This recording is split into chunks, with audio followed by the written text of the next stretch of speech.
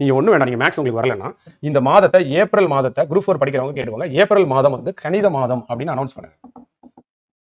இந்த ஏப்ரல் மாதம் எனக்கு வந்து கணித மாதம் அப்படின்னு அனௌன்ஸ் பண்ணிட்டு நீங்க என்ன பண்ணுங்கன்னா மேக்ஸுக்கு பலவிதமான கொள்கைகளை உருவாக்குங்க. நான் மேக்ஸ் வந்து டெய்லி ஒரு நாளைக்கு இவ்வளவு நேரம் படிப்பேன்.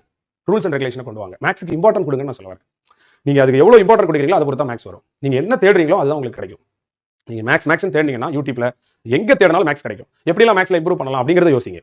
உங்கள்ட்ட ஒரு பேப்பரை கொடுத்து கணிதத்தில் 10க்கு 10 மதிப்பெண் பெறுவது எப்படின்னு கேட்டா நீங்க எவ்வளவு ஆலோசனை சொல்லி 3 மணி நேரம் கொடுத்தாலும் அந்த பேப்பர் எழுதுவீங்க. என்ன சொல்லுவீங்க? ஃபர்ஸ்ட் பாடத்திட்டத்தில் உள்ள தலைப்புகளை முதலில் படிக்க வேண்டும். பள்ளி புத்தகங்களில் உள்ள தலைப்புகளை படிக்க வேண்டும். கணிதத்திற்கு நல்ல சிறந்த நண்பர்களிடம் அறிவுரை கேட்கலாம். ஆசிரியர்கள் நிறைய வச்சுக்கலாம். மென்டார் நிறைய வச்சுக்கலாம். நீங்க சொல்லுவீங்க. கணிதத்துக்கு நாமளே என்ன செய்யலாம்? கணிதத்துக்கு ஒரு வாட்ஸ்அப் குரூப் ஓபன் பண்ணி டெய்லி 10 கொஸ்டின் போடலாம். வாட்ஸ்அப் ஸ்டேட்டஸ் வைக்கலாம். நம்மளே மேக்ஸுக்கு இம்பார்ட்டன்ட் கொடுத்து நிறைய புத்தகங்கள் வாங்கலாம். நம்மளே மேக்ஸ்ல உள்ள ஃபார்முலாலாம் வீட்டை சுத்தி ஒட்டி வைக்கலாம். இல்லையா உங்க வீட்டுக்கார தலையில கூட எழுதி வச்சுக்கோங்க மேக்ஸ் ஃபார்முலா. யார் வேணான்றா? புரியுதுங்களா?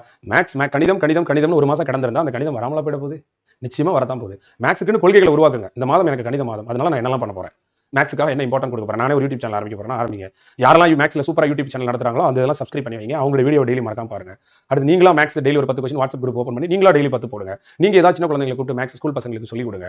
கணிதத்தில் இணைந்திருக்கிறது மூலமா தான் கணிதத்தை நம்ம என்ன செய்ய முடியும், இம்ப்ரூவ் பண்ண முடியும். அப்படி பாருங்க. ஒரு 10 வழிகளை கணிதத்தில் சிறப்பாக கணிதத்தில் மார்க் எடுக்கிறதுக்கு நீங்களா தேடி கண்டுபிடிச்சு அந்த 10 வழிகளை நீங்க எக்ஸிக்யூட் பண்ணுங்க.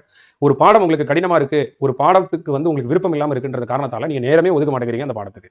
ஆனா உங்களுக்கு ஒன்று தெரியுமா? நீங்க நேரம் ஒதுக்கினீங்கன்னா அந்த பாடம் உங்களுக்கு கடினமா இருக்காது, அந்த பாடம் உங்களுக்கு விருப்பம் இல்லாம இருக்காது. அப்போ கணிதத்தில் மதிப்பெண் பெற ஒரே வழி அந்த கணிதத்துக்காக நேரம் ஒதுக்குறது. டெய்லி 2-3 மணி நேரம் நீங்க செலவழிச்சீங்கன்னா நிச்சயம் அந்த கணிதம் உங்க கை கூட வரும். அதுல மாற்றமே கிடையாது. ஒரு நாள் கூட மேக்ஸ் பார்க்காத நாள் இருக்கக்கூடாது. இன்னிலிருந்து குரூப் 4 எக்ஸாம் பாஸ் பண்ணணும்னு நினைக்கிறவங்க. ஏன்னா நிறைய பேர் பலவீனத்தை அப்படியே பலவீனமாவே வச்சிருக்காங்க. அப்ப அந்த பலவீனம் நிச்சயமா அவங்களை வீழ்த்த தானே செய்யும். அது உங்களுக்கு மரணத்தை தானே ஏற்படுத்தும். உண்மைதானே?